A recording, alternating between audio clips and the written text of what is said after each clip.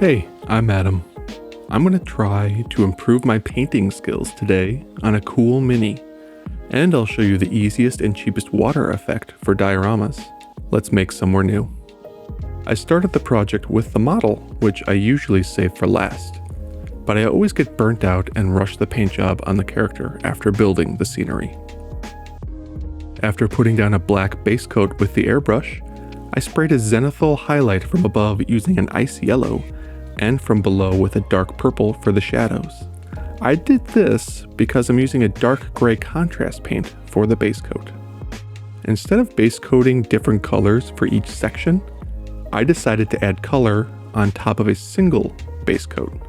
This gave everything unique highlights and similar shadows, and let the whole color palette feel more connected.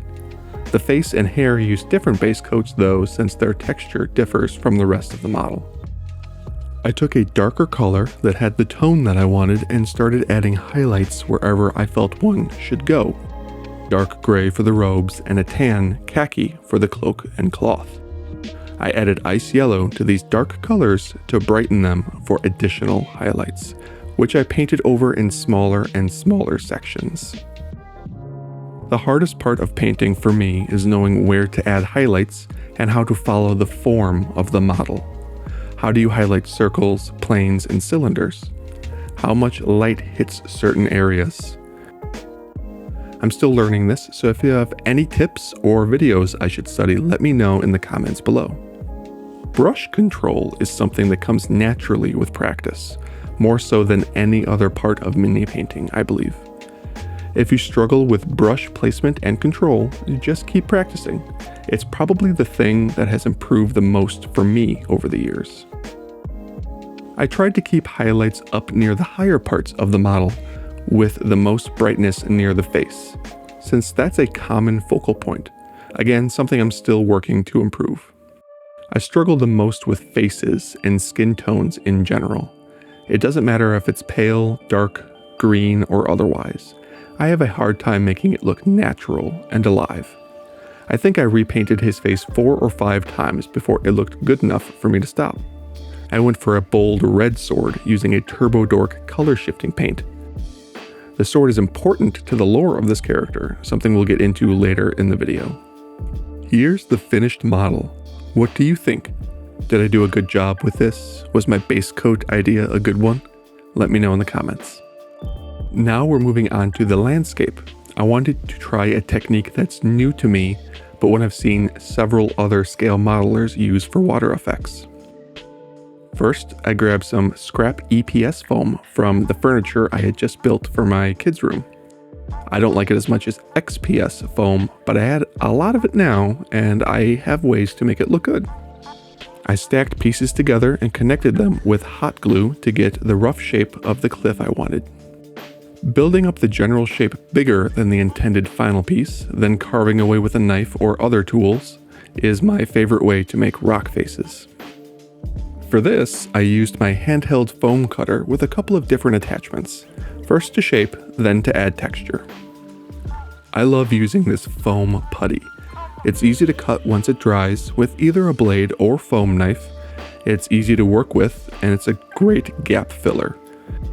Because it is foam, I can melt it like styrofoam and add even more texture to the landscape.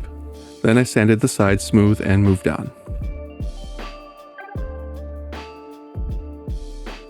I mixed plaster, Mod Podge, some yellow ochre paint, and water to create a texture paste that added extra rigidity and got rid of that obnoxiously bright white foam. I know this is an unrealistic color for sand and rock, but I love it for the world of Nouvenii. It makes it feel much more vivid.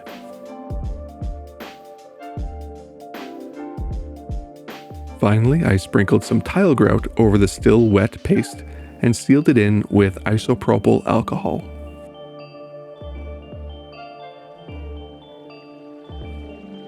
Now here's the part of the build I was most excited for, the water effect. Following instructions from Boylai Hobbytime, who learned this from another crafter himself, I added larger waves using pieces of aluminum foil. I tried to simulate them crashing against the cliff and moving directionally.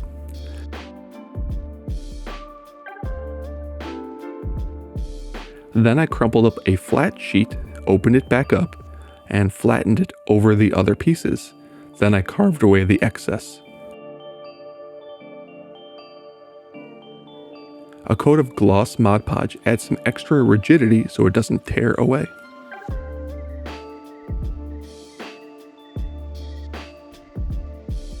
I'll go back and forth here a bit between the story and the remaining steps.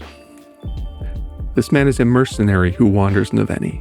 He doesn't go by any singular name, but he's often referred to by his sword, the Red Blade. He's somber in nature, but generally only takes jobs in an altruistic manner.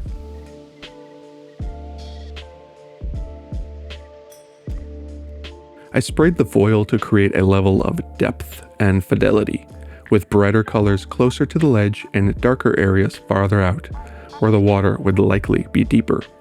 I didn't worry about overspray since it just added a reflection effect on the rocks. The most interesting thing about this mercenary is how long the stories about him have circulated. They originated long before the people who tell them today. Tales of a dark-haired man who spoke very little, wandering the deserts of the Khorasan Sea with a giant magical red sword, defending the weak and asking for little in return. But that raises the question, who is this man, really? Where did he come from? No city claims him, no family name follows him. Some say the sword found him, and that he's simply the latest hand to carry it. Others swear the same man has walked the sand sea for generations, unchanged. Mixing a pigment powder made from chalk pastels, water, and a spray or two of isopropyl alcohol has become my new favorite way of adding dusty or sandy texture. It turns into a paint that, instead of drying like paint, dries into a powdery substance. The water and alcohol evaporate away, leaving the pigment behind rather than staying mixed as with a medium. I brought back the foam putty, mixed it with Mod Podge, and used it to add movement to the peaks of the water as it breaks and crashes.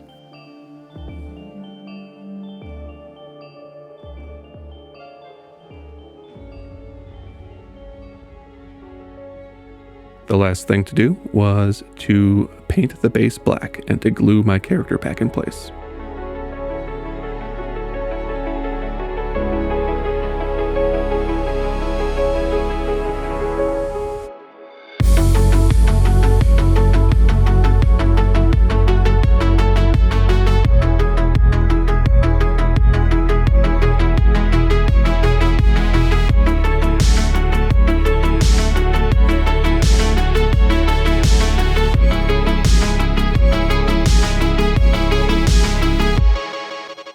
Thank you, everyone, as always, for watching. Please like, comment, subscribe, and share.